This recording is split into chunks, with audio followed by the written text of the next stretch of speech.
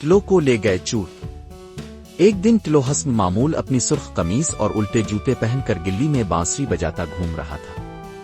گلی والوں کو تو اس کی بانسری سے ویسے ہی الرجی تھی، لیکن اس دن معاملہ کچھ الگ تھا۔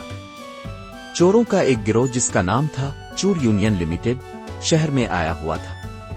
ان کے لیڈر نے کہا، ہمیں کچھ انوکھا چوری کرنا ہے تاکہ دنیا یاد رکھے۔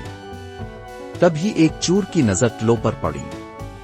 وہ بولا، بس یہ بچہ چوری کرتے ہیں، لگتا ہے کوئی خاص چیز ہے، شاید کوئی جادوئی دماغ رکھتا ہو۔ ٹلو بانسری بجاتے بجاتے جب اگلے موڑ پر ماڑا تو اچانک ایک بوری اس کے اوپر آ گری۔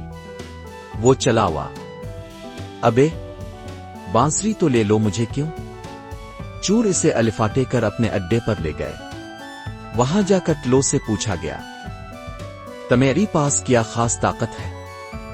ٹلو بولا، میں سو کر بھی باتیں کر سکتا ہوں۔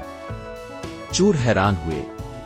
ایک چور بولا، چلو اس کی نیند کا تجربہ کرتے ہیں۔ ٹلو کو سلایا گیا اور اس نے خراٹے ایسے مارے کہ پورا چھت ہلنے لگا۔ چوروں نے کہا، نہیں بھائی، یہ تو ایٹمی خراٹے مارتا ہے۔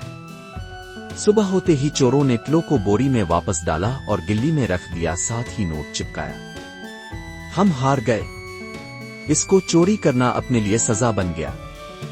ٹلو بیدار ہوا، بوری سے نکلا اور قمیض جھاڑ کر بولا، اگلی بار میوزک چوروں کے لیے بجاؤں گا۔